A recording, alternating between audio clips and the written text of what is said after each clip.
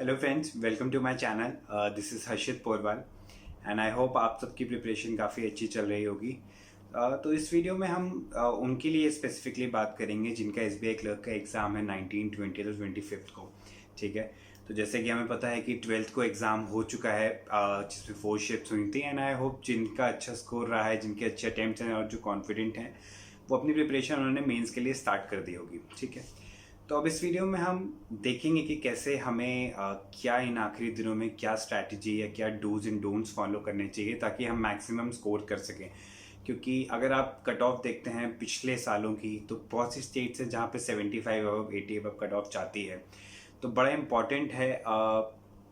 उन स्टेट्स वालों के लिए एक अच्छा स्कोर करना, आइडियली 75 अबव, जहाँ पे कट ऑफ हाई जाती हैं। ठीक है, जैसे मैं बात करता हूँ कि यूपी हो गई या राजस्थान हो गया, जहाँ पे कट ऑफ रेगुलरली हाई जाती है। तो वहाँ पे उन स्टूडेंट्स के लिए या बाकी सब के लिए भी कैसे आपको प्रिपेयर करना चाहिए और क्या इन आखिरी दिनों में आपको करना चाहिए। ठीक है, तो सबसे पहली जो चीज़ है वो हमें ये ध्यान में रखनी चाहिए, क्योंकि 12th को एग्ज़ाम हो चुका है, एक वीक है, एक वीक के अंदर बहुत कुछ पता चल जाता है। कितने अटैम्प्ट्स रहे हैं, इतने सारे यूट्यूब चैनल्स हैं, टेलीग्राम ग्रुप्स हैं जहाँ पे पोल कंडक्ट्स होते हैं, जहाँ पे पता लग जाता है कि अच्छा इतने % लोगों ने इतने अटैम्प्ट्स करे हैं, जिनका जो strategy video, self analysis video लाते हैं, जो डालते हैं यूट्यूब पे। तो सबसे पहली चीज़, जो लोग 19 to 20th के लिए प्रिपेयर कर रहे हैं, उनको एक चीज़ का ध्यान रखना बहुत ज़रूरी है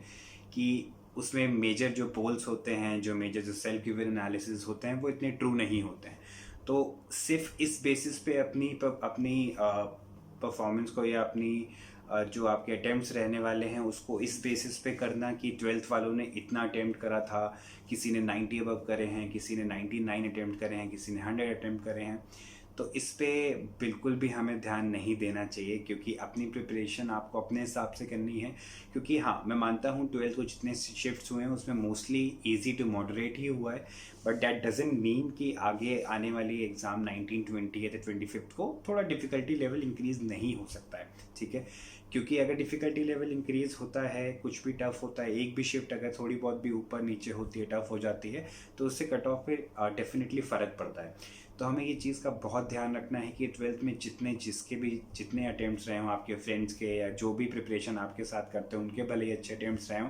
बट आपको इस चीज़ पे अपने ऊपर इम्पैक्ट नहीं लाने देना है कि मुझे भी इतने अटैम्प्ट्स करने ही होंगे, कि 90 अबव गया है सबका तो 80 अबव कट ऑफ जाएगी ही जाएगी। तो इस बेसिस पे आप भी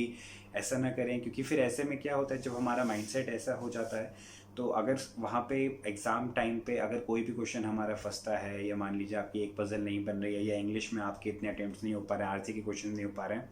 तो फिर आप ज़बरदस्ती करने की कोशिश करते हैं। और उसमें क्या होता है कि जब हम ज़बरदस्ती करने की कोशिश करते हैं तो उसमें हमारे नेगेटिव होने के चांसेस ज़्यादा होते हैं। तो इट्स ऑलवेज़ इम्पॉर्टेंट कि आप जितना आप कर रहे हैं प्रॉपर उतना करिए, क्योंकि अटैम्प्ट से ज़्यादा हमारी एक्यूरेसी पे भी फ़र्क पड़ता है, क्योंकि एक्यूरेसी होना भी बहुत ज़रूरी है। ऐसा नहीं होना चाहिए कि 90 आपने अटैम्प्ट्स करें बट आपके स्कोर 50 हैं, तो उसका भी कोई सेंस नहीं बनता है। तो अगर आप 80 भी कर रहे हैं, 85 भी कर रहे हैं, और अगर आपको लगता है कि 99% या 100% एक्यूरेसी है, तो उस पर भी आप बिल्कुल रिलाई कर सकते हैं, क्योंकि उसी बेसिस पे आपको अपनी परफॉर्मेंस को जो है स्ट्रीमलाइन करना चाहिए। ठीक है, सेकेंडली आपको अब अभी ये 2-3 दिनों में, और जिनका 25 को है, उनको क्या करना चाहिए कि जो भी आपने मॉक सीरीज़ ले रखी है, वहाँ पे मेमोरी बेस्ड मॉक्स फ्री भी आ चुके हैं, कहीं कुछ भी है, तो बहुत से ये 12th को जो मेमोरी बेस्ड मॉक्स हुए हैं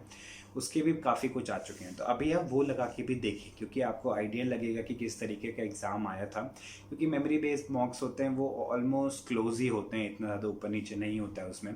क्योंकि जितने भी मॉक सीरीज़ हैं वो उनकी टीम काफ़ी अच्छी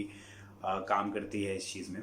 तो आप मेमोरी बेस्ड मॉक्स दीजिए, बट हमें एक चीज़ का ध्यान रखना बहुत ज़रूरी है कि अगर आप उसमें अच्छा स्कोर नहीं भी कर रहे हैं, ठीक है, मान लीजिए अगर आपका उसमें अच्छा स्कोर नहीं होता है, तो स्कोर को अपने ऊपर इम्पैक्ट न लाने दीजिए कि अरे ये सेम लेवल का अगर आता है और मेरे तो इसमें 60 ही बने, 70 बने, अब मेरा एग्ज़ाम में होगा नहीं होगा,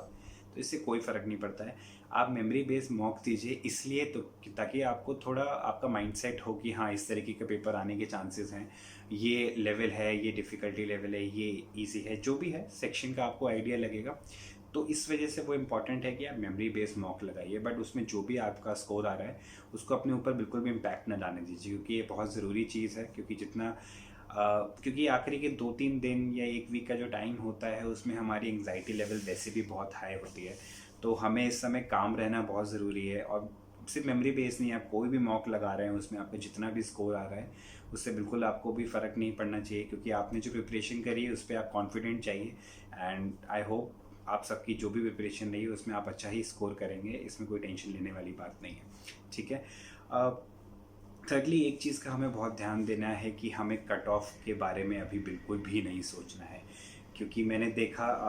यूट्यूब पे ऐसे ही स्क्रॉल करते टाइम बहुत से लोग हैं जो उस शिफ्ट के बेसिस पे 12th को जो शिफ्ट हुई है उसके बेसिस पे ही कट ऑफ बताना चालू कर देते हैं कि कट ऑफ इतनी जाएगी इतनी जाएगी। बट ऐसा पॉसिबल नहीं है, क्योंकि जब तक सारी शिफ्ट नहीं हो जाती हैं, सारे डेज़ पे जो एग्ज़ाम्स कंडक्ट होने हैं वो नहीं हो जाते हैं, तब तक कट ऑफ के आप बारे में कुछ भी नहीं बोल सकते हैं, ठीक है। तो अभी करेंटली कट ऑफ के बारे में आपको कुछ भी नहीं सोचना है। बट हाँ, जैसे मैंने प्रीवियस वीडियो में भी बोला था कि जो आपकी स्टेट की कट ऑफ रहती है, ठीक है, उस स्टेट की कट ऑफ को आप आइडिया लेके जाइए, क्योंकि कट ऑफ जो है उससे 2 से 5 नंबर के ऊपर नीचे ही रहती है, बहुत ज़्यादा डिफरेंस नहीं आता है। तो अगर कहीं 60 से 70 के बीच में रहती है तो आप कोशिश करिए आप 80 अटेम्प्ट्स करने की, क्योंकि अगर थोड़ी बढ़ती भी है तो आपका अच्छा स्कोर होगा। बट जहाँ पे 80 के ऊपर कट ऑफ जाती है तो आपको कोशिश करनी होगी कि 85-90 के बीच में आप अटेम्प्ट्स करें और वहाँ पे एक्यूरेसी भी आपकी अच्छी हो, ठीक है। तो ये चीज़ का ध्यान रखिए कि कट ऑफ के बारे में अभी ना सोचें, क्योंकि जब तक सारी शिफ्ट नहीं हो जाएंगी और कोई भी प्रेडिक्ट नहीं कर सकता है, ठीक है। अब लास्टली एक चीज़ का बहुत ध्यान देना है हमें कि जैसे मैंने बोला था अभी कि एंजाइटी बहुत होती है, नेगेटिविटी बहुत होती है। और जब हम लोग इतना टेलीग्राम ग्रुप में या यूट्यूब पे इतना ज़्यादा हम लोग एक्सप्लोर करते हैं तो वहाँ पे हम देखते हैं कि अच्छा इनके तो ये रहे, इतने लोगों ने इतने अटेम्प्ट करे हैं। तो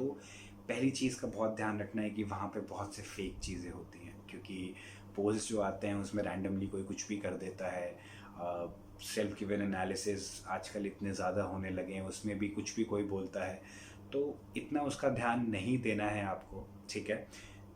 बिल्कुल भी नेगेटिविटी मत आने दीजिए, क्योंकि लास्ट 2-3 डेज़ है, जितना भी टाइम है वो बहुत इंपॉर्टेंट और क्रूशियल होने वाला है आपके लिए। और इस टाइम पे अगर आप नेगेटिविटी ला देते हैं तो आपकी जो भी पूरे साल की मेहनत रही है वो डेफिनेटली इफेक्ट होती है बहुत ज़्यादा, ठीक है। तो कॉन्फिडेंट जाइए, अभी लास्ट में आप जो मॉक्स लगा सकते हैं वो मॉक्स लगाने की कोशिश करिए, ठीक है। उन लोगों से